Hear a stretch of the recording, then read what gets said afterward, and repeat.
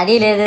పైగా నా విగ్రహాన్ని కొనడానికి పెళ్లి సంబంధాల్లో పిల్లని చూడడానికి వెళ్ళినట్టు పలోమను 10 మంది వెళ్తారు. అందులో ఒకడికి ఆ బొమ్మ నచ్చిందని, ఇంకోటికి ఈ బొమ్మ నచ్చిందని. నా కర్మ ఏంటంటే అక్కడ ఉన్నవన్నీ నా బొమ్మలే. మళ్ళీ తీరా 10 మందికి ఒక బొమ్మ నచ్చాక అమ్మేటోడు అలుసుగా తీసుకొని 10,000 15,000 అని బాంబు పేలుస్తాడు. ఎందుకురా బాబు ఇంత రేట్ అంటే, కలకత్తా నుంచి తెప్పించామంటాడు. నాకు అర్థం కానిది ఏంటంటే, ఎక్కడైతే నేను కలకత్తా నుంచి అయితే నాకన్నా మొనగాడు వస్తాడా, అక్కడ కూడా నేనే కదా.